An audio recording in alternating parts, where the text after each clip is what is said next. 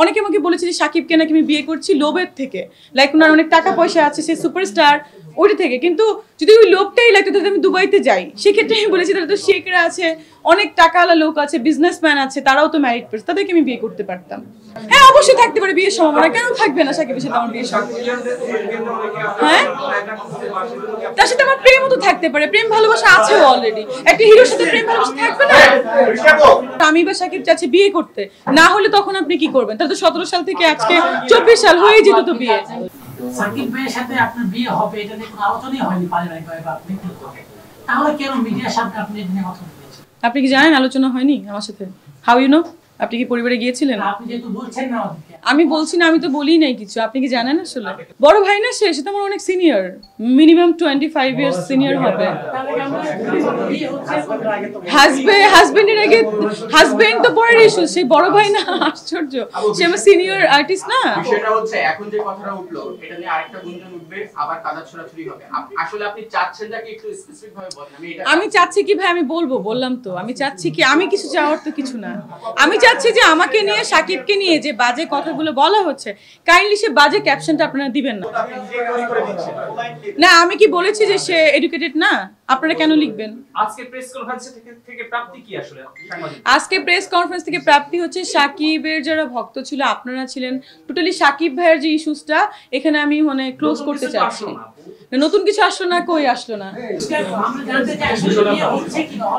আমার তো বিয়ে হবে, আমার বিয়ে হবে না, আশ্চর্য। আমি বিয়ে করবো না? মানুষ এক একজন নায়ক নায়িকা 4টা 5টা 6টা করে বিয়ে করে ফেলতেছে, আমার কি বিয়ে হবে না? আমার তো বিয়ে হবে, আমি রিসেন্টলি বিয়ে করবো, 1 বছরের মধ্যেই বিয়ে করবো, এটা সত্য কথা।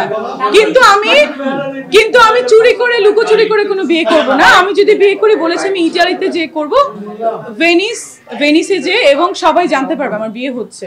আমি লুকায়া ঝাপায় ভেবে বিয়ে করবো না। সেটা আমি জানি না, এটা আমার ছোটবেলার ড্রিম ছিল আমি ভেনিসে যাই। আচ্ছা আবার বলি যে এই ব্যাপারগুলো ক্লিয়ার হয়ে গেছে। আর হচ্ছে না, শিল্পী হিসেবে একজন শিল্পীকে তো সে প্রতিঘাত করতে পারে না। যে দেখেন আমার যে সিনিয়র আপু আমাকে স্ট্যাটাস দিয়েছে বা যে আর্টিস্টগুলো দিচ্ছে, তারাও কিন্তু আর্টিস্ট, তাদের কিন্তু এটা দেওয়ার কোনো দরকার ছিল না। আমাকে ফোন করতে পারতো, ফোন করে বলতো যে যাই হোক আমাদের ব্যাপার, আমরা এখানে সলভ করে ফেলি। কিন্তু সেটা কিন্তু কেউ করছে না, সবাই যাচ্ছে ভাইরাল হওয়ার জন্য কাছে আসতে। তো আমি, সবার তো রেসপেক্ট আছে একটা, তো জয় ভাইয়ার জায়গা থেকে কাউকে রেসপেক্ট করতে পারে না, এটা কিন্তু খুব দুঃখজনক। তার রেসপেক্ট করা উচিত। সে যদি রেসপেক্ট না করে বা সে যদি আবারও এইভাবেই কথা বলে, তাহলে ব্যাপারটা আসলে আইনগত ব্যবস্থা নেওয়া উচিত। লাস্ট প্রশ্ন ছিল, সেটা হচ্ছে সাকিব ভাইয়ের সামনে বিয়ে, আপনারও সামনে বিয়ে, মানে আপনার বিয়ে পথে, সাকিব ভাইয়ের বিয়ে পথে, গন্তব্যে না পৌঁছানো পর্যন্ত আমরা ধরে নিতে পারি আপনাদের বিয়ে হচ্ছে বা পথে আছে। ভাই বিয়ে তো আল্লাহর হাতে, সৃষ্টিকর্তার হাতে না।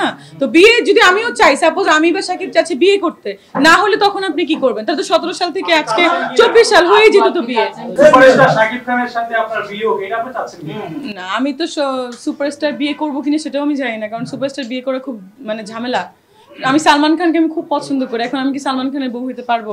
আমার তো মনে হচ্ছে যে সালমান খানও এখন আনমেরিড আমার জন্য।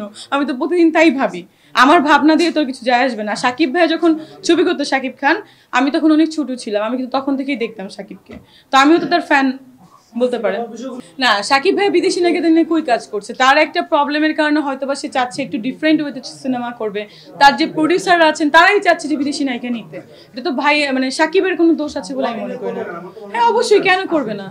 আমার সাথে তো অলরেডি সাইন হয়ে গেছে, কেন করবে না ছবি? সে যদি সে বাইরের প্রডিউসার না করলেও আমার হাউস আছে একটা, আপনারা জানেন, সেই হাউস থেকে আমি সিনেমাটা করবো। আরেকটা ব্যাপার আজকে আমি ক্লারিফাই করি, সেটা হচ্ছে আমাকে কিছু কিছু জায়গায় লিখছে যে আমি নাকি মাসে 50 লাখ টাকা ইনকাম করি। বাই দ্য ওয়ে, এটা আমার মেইন পয়েন্ট। আমি 50 লাখ টাকা ইনকাম করলে আমি এখানে কেন? আমি তো বিলিনিয়ার্স, আমার তো আসলে এখানে একটা পার্সোনাল জেট নিয়ে আসা প্রয়োজন ছিল, মানে আমি মনে করি।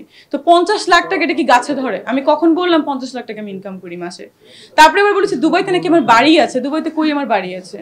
দুবাইতে নাকি শেখরা আমার জন্য ওয়েট করে, কই? আমি বলেছি যে সাকিব ভাইয়ার যদি অনেকে আমাকে বলেছে যে সাকিবকে নাকি আমি বিয়ে করছি লোভের থেকে, লাইক ওনার অনেক টাকা পয়সা আছে, সে সুপারস্টার, ওইটা থেকে। কিন্তু যদি ওই লোভটাই লাগতো তাহলে আমি দুবাইতে যাই। সেক্ষেত্রে আমি বলেছি তাহলে তো শেখরা আছে, অনেক টাকাওয়ালা লোক আছে, বিজনেসম্যান আছে, তারাও তো ম্যারিড পার্সন, তাদেরকে আমি বিয়ে করতে পারতাম। আমি কিন্তু ওই ক্ষেত্রে বলেছি, এর বাইরে কিন্তু আমি কিছুই বলি নাই। আর এই প্রেস মিটে আপনাদের অনেক প্রাপ্তি আছে, সেটা হচ্ছে যে বাজে কোনো কথা লিখবেন না। আর এটাই আজকে ক্যাপশনটা দিবেন যে সাকিবকে নিয়ে আমি কোনো বাজে কথা বলি নাই, আমি তাকে রেসপেক্ট করি, তাকে ভালোবাসি, পছন্দ করি, হি ইজ দ্য সুপারস্টার। আমি কেন বাজে কথা তাকে নিয়ে বলবো? আর তার যে ফ্যান ফলোয়ার্স আছে আমাকে নিয়ে অনেক বেশি ট্রোলিং করছে যে আমি তাকে নিয়ে বাজে কথা বলছি, কিন্তু কোথায় আমি বাজে কথা বলছি? হ্যাঁ অবশ্যই থাকতে পারে বিয়ের সম্ভাবনা, কেন থাকবে না সাকিবের সাথে আমার বিয়ের সম্ভাবনা? হ্যাঁ তার সাথে আমার প্রেমও তো থাকতে পারে, প্রেম ভালোবাসা আছে অলরেডি। একটা হিরোর সাথে প্রেম ভালোবাসা থাকবে না? হ্যাঁ আমাদের তিনজনের প্রযোজনও আসতে পারে, সাকিব, জয় এবং আমি, এটাও হতে পারে। শারেন রাজুন, জয়, শাকিব খান, আপনি তিনজন আলোচনা আছেন, তিনজন নিয়ে কি কোনো যৌথ সিনেমা আসছে কি না? হ্যাঁ যদি তিনজনে এগ্রি হই, তিনজনে নিয়ে আমি প্রডিউস করব আমার হাউস থেকে। কলকাতা কদিন আগে শাকিব খানের সাথে হ্যাঁ কথা বলে আসছে, কোনো গুঞ্জন কি নিয়ে কি এই আলোচনা কি? হ্যাঁ গুঞ্জন তো যে সিনেমা সাইনিং করা নিয়ে বা কথা হওয়া নিয়ে এখান থেকেই গুঞ্জনটা শুরু হয়েছিল। তো সিনেমা তো অবশ্যই হবে এবং সিনেমা আমি করতে চাই, আর সেও করতে চাই, হি ইজ দ্য সুপারস্টার, কেন যাব না? আর ব্যাপার হচ্ছে যে আমার 4টা সিনেমা আসছে, আমি সাইনিং করেছি। নক্ষত্র, শেখ রাসেলের আর্তনাদ, তারপরে হচ্ছে দেহ, এবং আরেকটা সিনেমার নাম হচ্ছে আত্মঘাতী, যেটা হচ্ছে জঙ্গি রিলেটেড সিনেমা, সজল আহমেদ ডিরেক্টর। আর বাকি দুটো ডিরেক্টর হচ্ছে সালমান হায়দার এবং মুস্তাফিজুর রহমান মানিক। কাস্টিং এ একটাতে সবাই আছে, অপু দিদি আছে, আমার খুবই পছন্দের দিদি, সে আছেন। মৌসুমী আপু আছেন, আমার খুবই পছন্দের আপু, সে আছেন। তারপরে হচ্ছে আরিফিন শুভ ভাইয়া আছেন, যাকে আমি খুবই পছন্দ করি। মানে ওই শেখ রাসেলের আর্তনাদের সব স্টার কাস্টই আছে ওখানে। রাইট, এই যে কন্ট্রোভার্সিটা, এই যে আবার ভালো একটা পয়েন্ট আপনি বলেছেন, এই যে শেখ রাসেলের আর্তনাদ এই বিনা পারিশ্রমিক মানে নিচ্ছি বলেই কিন্তু কন্ট্রোভার্সি ফার্স্ট স্টার্ট হইলো, যে আমি কেন বিনা পারিশ্রমিক নিচ্ছি, কারণ হচ্ছে আমাকে গভর্নমেন্ট থেকে একটা প্লট গিফট করা হবে, বা আমি BMW গাড়ি কদিন পরে চলবো, বা মার্সিডিজ চড়বো, বা আমি অনেক টাকা পয়সার মালিক হয়ে যাব। তা বিষয়টা কিন্তু সেটা না, বিষয়টা হচ্ছে যে আমি তখন ওখানে ক্ল্যারিফাই করতে চেয়েছিলাম যে দেখেন আমার ঢাকা শহরে ফ্ল্যাট আছে, জায়গা আছে, বাংলাদেশে আছে, এবং আমার গাড়িও আছে অলরেডি।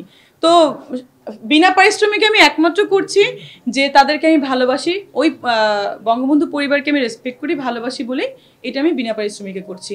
এখান থেকে কি করলো, ক্যাপশনটা এমনভাবে লিখলো যে আমি এই ঘড়ি ওয়াচ, মানে সরি এই ওয়াচ ইউজ করি, এটা আমার আছে, আমি ওটা আছে। বেসিকলি আমি কিন্তু ওভাবে বলিনি, ঠিক আছে? রোলেক্সটা আমি অনেক আগে থেকে ইউজ করি, শুধু রোলেক্স না, আমি যে শেষ করি রোলেক্স গাড়ি, BMW গাড়ি বলেন, জমি বলেন, আমি অনেক আগে থেকে এগুলো ইউজ করি, ঠিক আছে? তারপরে এই যে ড্রেসটা উপরে সেটাও বোতে গাবে না, তারপরে জানবেন it's a very well known brand. So আমি কিন্তু এরকম কিছু কখনো বলি না। আর সবাই আমার সিনেমা দেখবেন, আমার সিনেমার প্রমোশনে আসবেন, সাকিবের সাথে আমার একটা সিনেমা হচ্ছে, সবাই দোয়া করবেন।